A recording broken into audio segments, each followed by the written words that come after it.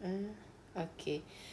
Selamat sejahtera. Kita bertemu kembali dalam kelas Geografi tingkatan 2. Okey, hari ini kita akan masuk topik 5.3 iaitu pengangkutan awam di Malaysia.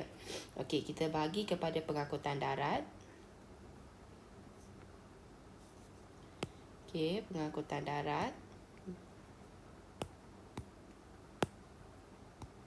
pengangkutan air dan pengangkutan udara. Okey, untuk pengangkutan darat kita bagi kepada jalan raya dan jalan kereta api lah. Okey, kalau di jalan raya apa yang kita boleh tengok ialah bas. Okey, kemudian ada taksi dan juga e-panggilan ataupun dalam bahasa Inggeris dipanggil e-hailing. Ini melibatkan orang kata apa tu dah? Saya dah lupa lah pula. Panggil Grab. Okey. Grab. Okey, Grab car ni biasa kita gunalah. Okey, e-hailing. Kita call ataupun lebih senang sekarang kita menggunakan apps untuk buat pesanan lah untuk pengangkutan. Kemudian yang kedua ialah B iaitu jalan kereta api. Kita ada rel bersepadu monorail, KTM komuter, KTM antarabandar, transit aliran ringan, LRT. Okey, ada perbezaannya kalau kamu tengok. Kemudian KIA Express ataupun KLIA Transit ERL. Kemudian perkhidmatan train elektrik ETS. Okey. Semua ni kita boleh dapatkan tiket melalui kaunter-kaunter lah untuk memudahkan kita ke suatu tempat tanpa membawa kenderaan sendirilah. Okey, yang kedua iaitu air. Air kita bagi pada ferry dan juga boat express lah. Okey, dulu kalau nak naik ferry, famous kita naik kat Penang lah sebelah sini sebab nak ke seberang sana kan, daripada seberang nak ke pulau. Tapi sekarang kalau kamu tahu, kita dah tak ada lagi perkhidmatan ferry untuk Pulau Pinang, dia dah ditamatkan. So kita boleh naik ferry ni biasa untuk ke pulau-pulau kecil je lah. Okey, atau ke Pulau Pangkor kita naik boat. Okey, ada ke mana lagi nak naik ferry? Kalau ke Pulau Langkawi kita akan naik ferry. Okey. Yang ketiga ialah udara, iaitu kapal terbang lah. Okey, helikopter tu tak tersenarai sebagai pengangkutan awam lah. Sebab takat ni cikgu rasa tak ada lagi yang pilih nak naik helikopter nak ke satu tempat. Okey. Tengok, apakah faktor-faktor yang mempengaruhi jaringan pengangkutan di Malaysia? Yang pertama sekali, dia dipengaruhi oleh bentuk muka bumi. Okey. Bentuk muka bumi yang ada kat sini cerita tanah tinggi, tanah pamah, kemudian lembangan sungai, seterusnya ialah pinggir laut. Okey, untuk tanah tinggi, untuk membina jaringan pengangkutan adalah sukar dan menelan kos yang tinggi. Manakala untuk tanah pamah, keadaan tanah yang rata sesuai untuk pembinaan jaringan pengangkutan. Kemudian untuk lembangan sungai, pembinaan jaringan pengangkutan di kawasan berpaya menelan kos yang tinggi kerana perlu ditambak dan dibina jambatan.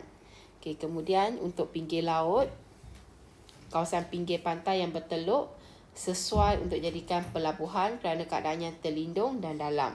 Okey, ini dari segi bentuk muka bumi lah. Kalau untuk sungai, kita itu saliran lah, itu bawa ke saliran pula. Tapi untuk saliran, kamu boleh cerita yang sungai tu sesuai untuk jadikan laluan pengangkutan air lah.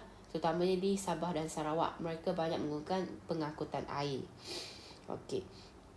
So dalam exam, biasanya dia akan terangkan bentuk dia akan tanya soalan. Soalan dia mungkin kata terangkan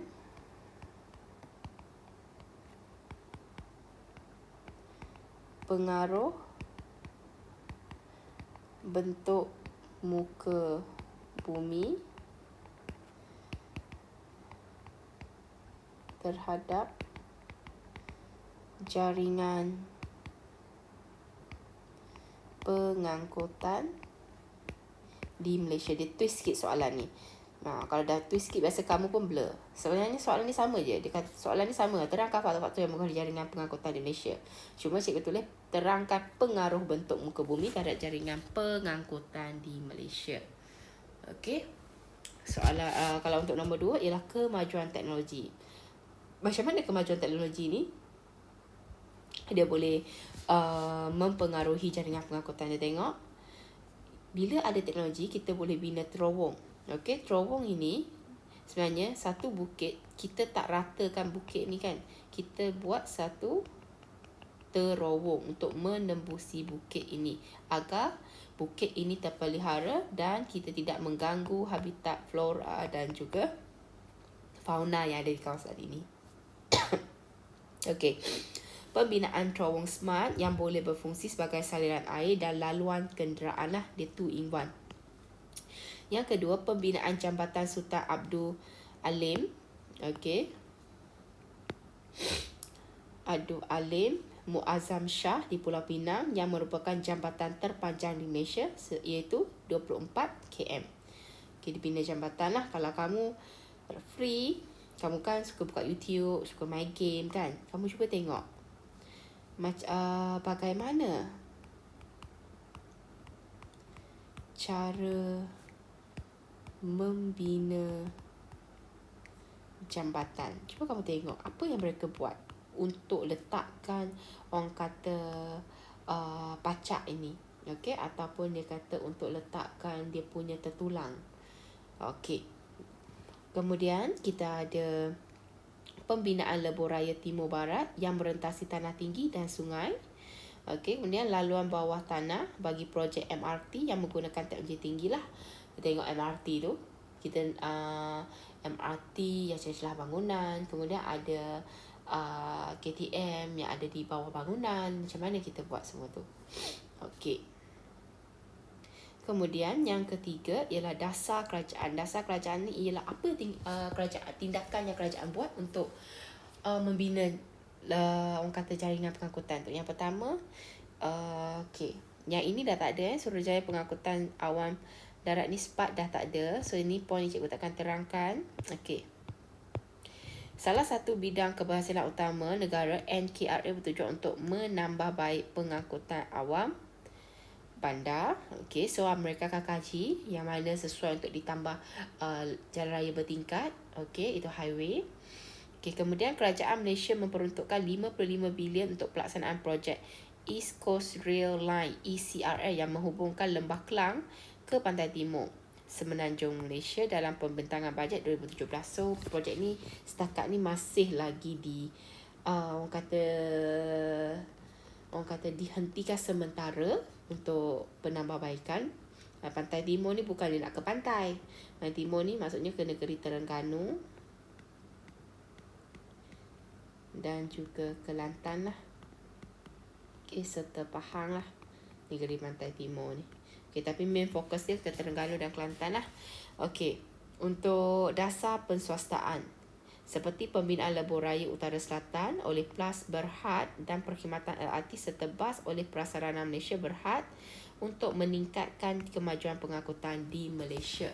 Maksudnya kita kerajaan dia nak buat semua, dia tak ada duit. So dia dasar perswastaan, dia jual share ni kepada syarikat swasta supaya syarikat swasta boleh bina lebuh raya dan mereka boleh dapatkan keuntungan melalui bayaran tol lah, tol yang kita bayar tu. Okey. Seterusnya ialah kegiatan ekonomi. Okey, macam mana kegiatan ekonomi dipengaruh pembinaan jaringan pengangkutan ni? Yang pertama, jaringan pengangkutan dibina di kawasan yang terdapat sumber mineral seperti Kertih, Terengganu dan Bintulu, Sabah untuk memudahkan kerja penghantaran bahan, pemprosesan dan pemasaran sumber petroleum ke tempat lain. Maksudnya bila satu tempat tu dia ada sumber mineral, kita nak ke tempat tu takkan kita nak guna jalan kampung kan nak sampai. So untuk memudahkan penghantaran dan pemasaran, lori nak masuk keluar masuk, mereka akan buat jalan raya yang bertalah. Seterusnya jaringan pengangkutan juga dibina di kawasan pertanian untuk memudahkan penghantaran dan pemasaran hasil pertanian lah ke kawasan ladang dan sebagainya lah ni. Kemudian kawasan yang giat dengan kegiatan ekonomi seperti perniagaan, perdagangan, perindustrian dan pelumbungan mempunyai jaringan pengangkutan yang padat seperti Lembah Kelang, Georgetown dan juga Ipoh. Okey, seperti kita tahu Georgetown tu banyak kilang. So memang jaringan pengangkutan dia baik. Ipoh pula banyak dengan kawasan kuari. Okey, mereka melombong. So ada jaringan pengangkutan yang baik lah. Okey. Kita dah ada 1, 2, 3 dan 4 lah. 4 faktor. Okey. Bila kita dah belajar 4 faktor tu, cikgu harap kamu boleh tulis lah. Bila kita dalam exam, dia ada fakta, huraian dan juga contoh. Okey. Seterusnya kita nak tengok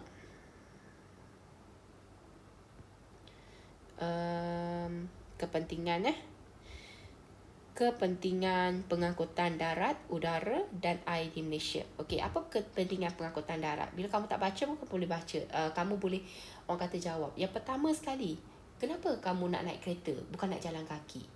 Yang pertama ialah menjimatkan masa lah. Okey, menjimatkan masa walaupun dalam ni dia tak ada. Okey, tapi yang tu kamu boleh jawab. Jawapan tu diterima, menjimatkan masa. Okey, kemudian memendekkan jarak perjalanan, itu pun diterima. Cuma cikgu nak terangkan dalam buku ni apa yang dia cakap. Yang pertama ialah untuk membawa penumpang dan barangan. Okey, memudahkan mobiliti ni, pergerakan lah penumpang kita lah, dan mempercepatkan proses mengangkut bahan mentah ke kilang atau pasaran lah. Contohnya lebuh raya utara selatan yang menghubungkan daripada orang kata Perlis kita hubungkan ke Johor lah. Okey. Kemudian dia akan mempertingkatkan darjah keselamatan. Darjah keselamatan ni kemudahan untuk kita sampai ke sesuatu tempat. Okey, dia menghubungkan kawasan pedalaman. Contohnya Great di Perak dan Jeli. Dua-dua ni ialah kawasan pedalaman. Dia dihubungkan melalui jalan raya lah, walaupun jalan bukit dia dekat 2 jam daripada Great tu nak sampai ke Jeli. Okey. Kemudian dia dihubungkan oleh lebuh raya timur barat. Seterusnya ialah pembangunan wilayah koridor ekonomi. Dia akan menarik pelabur asing memberi tumpang kepada pelabur tempatan. Contohnya wilayah ekonomi pantai timur ECER, Sarawak Corridor of Renewable Energies Core dan Sabah Development Corridor. Bila adanya jaringan pengangkutan yang baik, kita memudahkan kita untuk memasarkan barangan, dia akan menarik lah. Okey, dia akan menarik pelabur asing. Okey, dan dia akan membangunkan kawasan itu menjadi kawasan wilayah koridor ekonomi. Okey, yang kemudian yang ke 1, 2, 3, 4, membangunkan bandar satelit. Bandar satelit ni bukan bandar yang penuh dengan satelit kamu nampak piring tu, no. Bandar satelit ialah bandar kedua yang menyokong bandar utama dekat kawasan tu. Okey, bandar satelit dia menyokong bandar raya berhampiran sesuai jadikan kawasan kediaman perindustrian. Okey, dihubungkan dengan bandar utama melalui bas, LRT, komuter. Contohnya Petaling Jaya menjadi bandar satelit kepada Kuala Lumpur. Bila kawasan bandar utama seperti Kuala Lumpur tu dah padat dibangunkan, kita nak tambah lagi benda ataupun bangunan tak dapat, kita akan membangunkan kawasan di sekitarnya. Contohnya rumah dekat KL terlalu mahal. So, bila orang KL ni dia nak cari rumah, dia akan cari area yang paling dekat. So, paling dekat setakat ni ialah Petaling Jaya. So, rumah dekat Petaling Jaya tu lebih murah berbanding KL lah. So, mereka akan menjadikan kawasan tu sebagai kawasan kediaman. Lama-lama kawasan tu akan ramai orang dan kawasan tu berfungsi untuk menyokong penduduk yang ada dekat bandar utama tu dari segi kediaman ataupun dia nak cari kerja. Itu akan menjadikan kawasan tu sebut sebagai bandar satelit lah. Seterusnya yang kelima, dia akan meningkatkan sektor perniagaan lah. Perkhidmatan kereta api kargo. Kargo ni yang bawa barang, bukan bawa orang oleh Kereta Api Tanah Melayu Berhad ataupun nama short formnya KTMB, meningkatkan urusan perniagaan dan perdagangan. Kemudian perkhidmatan train kontainer, train kargo konvensional dan land break or cross border, menghubungkan pelabuhan di semenanjung Malaysia dengan pelabuhan di Thailand. So, bila kita ada kemajuan pengangkutan yang baik ataupun jaringan pengangkutan yang baik, dia akan membantu kita dalam memajukan perniagaan atau meningkatkan sektor perniagaan lah. Dan seterusnya membangunkan kawasan sekitar. Pembinaan pertempatan baharu memajukan kegiatan ekonomi. Contohnya pembangunan bandar baru nilai akibat pembinaan lebuh raya antara Kuala Lumpur dengan Seremban. Okey, macam dulu Bidong kita tak semaju ini. Okey, sebab kita tak ada highway. Bila mula ada highway, rumah dekat Bidor, market value dia naik. satu. Maksudnya harga dulu mungkin kamu beli rumah, ayah kamu beli rumah tu 60,000, tapi sekarang dah boleh jual 100,000. Lagi kamu nampak bukti kemajuan bila ada orang kata pengangkutan ni, highway tu. Tengok, Bido dah ada perancangan dalam untuk membina orang kata panggung wayang dan juga tempat bermain bowling. So bila ada kemajuan, orang boleh datang dengan senang dan cepat, dia akan memajukan kawasan tersebut. Okey, ini dari segi pengangkutan darat.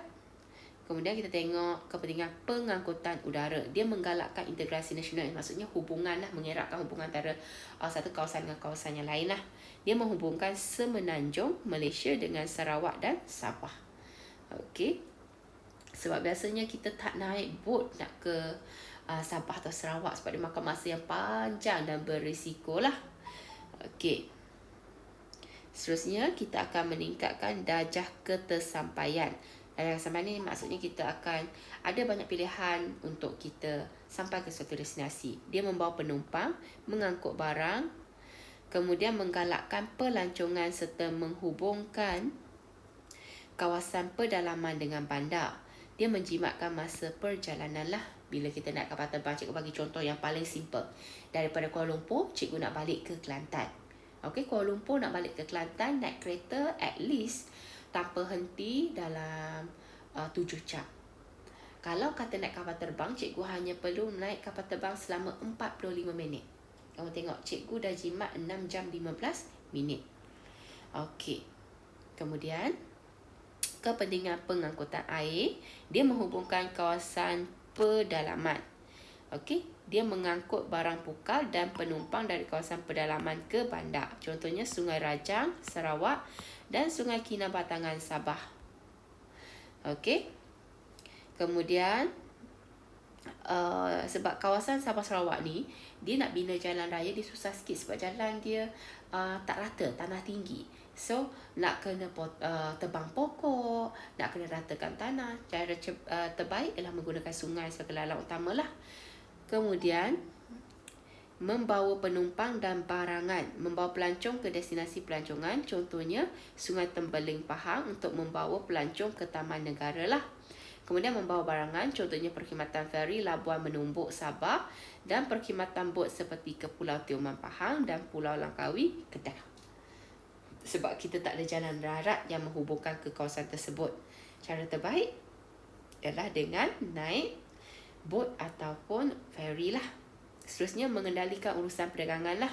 Pengurusan perdagangan import dan ekspor dengan negara luar. Contohnya Pelabuhan Kelang Selangor, Pelabuhan Kontena Teluk Sepanggar Sabah dan Pelabuhan Kuching Sarawak. Sebab kita tahu bila kata guna jalan air ni, sebenarnya dia boleh membawa sangat banyak benda. Okey, sebab banyak kontena boleh dimasukkan dalam satu-satu kapal. Berbanding kita bawa dengan kapal terbang, kos dia lebih mahal. Dan guna kapal, kos dia lebih rendah lah.